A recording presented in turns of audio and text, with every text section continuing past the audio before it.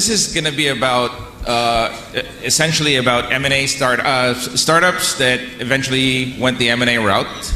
All these guys are entrepreneurs in their own right, mostly technology related. One of them is even a hybrid of venture capitalist and an entrepreneur. Venture capitalist turned entrepreneur, which is usually the opposite. Let me start it off with a relatively famous quote by, I think it was Einstein who said it, that, I forgot that, let me, that was my first question. It was Thomas Edison who actually said that vision without execution is hallucination.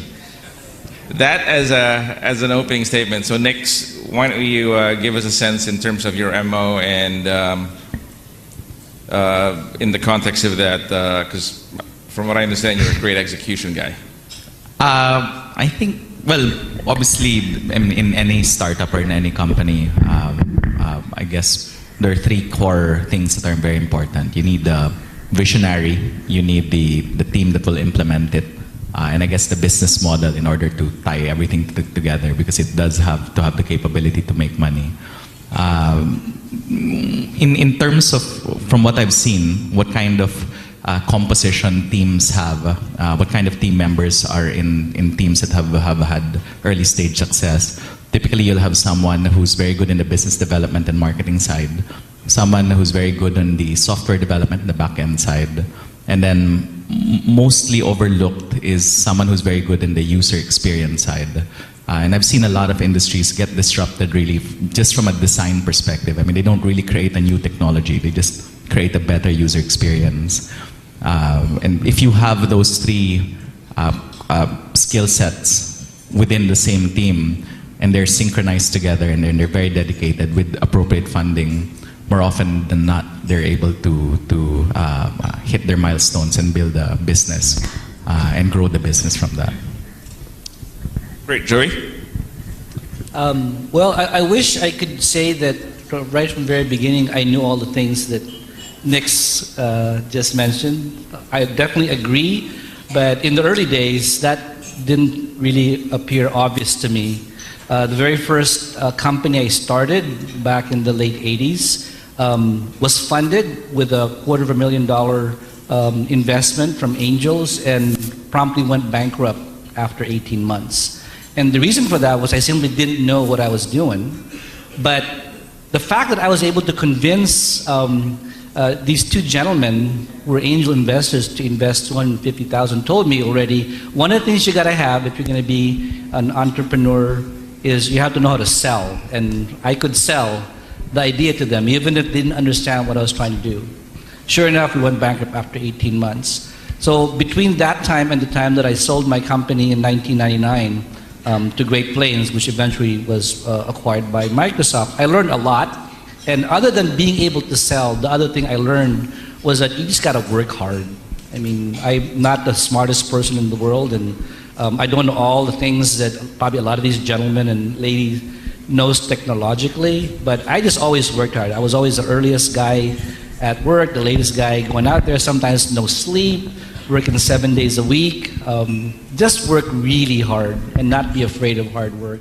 So I think most people so far have talked about a lot of maybe the skills or the technical side that's required. I think one of the biggest things to execute as a startup is also the daily kind of groundwork, dog work. So it might be, you know, trivial things like maybe some of your team don't want to leave the house on a Saturday morning because it's raining, and you go and pick them up in the car and you take them home at 2 a.m. and you're noticing the personal problems they might have as well in their lives, which is why they haven't really done any work for a few weeks, and you try and help them, and you kind of realize that you need to take on that responsibility to make your startup work. And doing all those things brings you together, and it's kind of a feeling of we're in this together, and this is what really gels the team and allows you to follow through on a startup. And something like this might take 1.5 years, so 2 years, you know, to get, or longer. But in my case, it was 1.5 years, and I found the hardest thing to execute was the daily small things that happen between each individual team member. And that's something that, we had to work really hard on, but it was something that made us a strong team. So that's the other aspect, I think. All right, so Joey, so you mentioned you burned $250,000 the first time you did a startup in late 80s. What was your personal motivation for going on your own, becoming a free agent, so to speak, and doing a startup? Was it just a disdain for big corporate? You were in Seattle up there, right? Back then? Yeah. Okay. Actually, the main motivation probably would have been the fact that I was unemployed and unemployable. As I'm sure most of us are employable here, right? At the time, I would say that, first of all, I didn't have a college degree. I went to the University of Washington, but I dropped out to join Apple Computer because they weren't asking for college degrees. But when I left them, I found out that most of the big companies in Seattle, like Boeing, for example, required that you have an engineering degree, and I was really not qualified. So my motivation was, first of all, I really didn't have much of a choice. If I wanted to move up in any company, it was most likely going to have to be my own. And I just made a decision that since these companies wouldn't hire me anyway, I'll build my own and move up the ladder of my own company. And that was really my main motivation. And when I talk about the fact that I was able to convince a couple of gentlemen, angel investors, to put $250,000 into my startup, and this is back in the late 80s, that's probably worth $1 million today, right? I didn't realize back then what I was doing or asking for. I think ignorance really worked in my favor back then, because today, frankly, with everything else I know, I probably wouldn't have even asked. So I think a lot of it had to do with the fact that I was unemployed, unemployable, and I didn't know any better. And that's why I pursued this, because it seemed to be, at the time, the easiest way to move up the ladder, so to speak. I wanted to ask you this question next. Mark Andreessen, about a year ago, said that the difference between failed and successful companies is just effectively the delayed gratification. What he meant by that is a lot of companies underinvest, and PACO would be able to relate to this because his pedigree's in hardware, and it's slower than much slower than software. So in the context of what have you been doing in terms, have you been delaying the gratification and been plowing back a lot of your profits into it instead of, because you have not to my knowledge, I don't think you've taken any outside capital at all. So you've been pretty much bootstrapping, or at least friends and family. So what's your philosophy in terms of just running a business, building a business? Because unlike the US, you have to build a business in this part of the world because there's not a lot of outside capital coming in.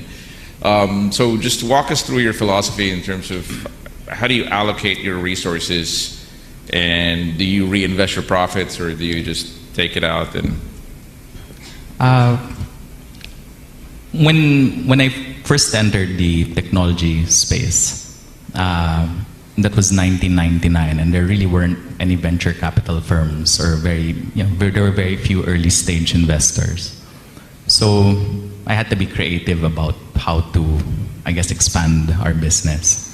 So, I mean, I know a lot of businesses in the US, especially in the technology space, really focus on building scale, and maybe business model comes later. They'll figure it out once they have a sizable audience. For most startups in the emerging markets, guys like us, we have to focus on the business model very early on. Path to profitability has to happen quite quickly, which I think is a healthier approach towards looking at any business in general.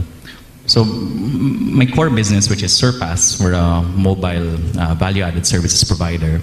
When we started expanding overseas, banks wouldn't loan us, nor could I really find outside capital. So I figured, I mean, you'll have organizations such as retail, McDonald's. How does it expand? It expands via a franchising system. So what our group did was we invented a franchising system by which we would find operational partners in various emerging markets to take our software, to take our content. And then we would approach various telecom companies and say, here, this is what we have.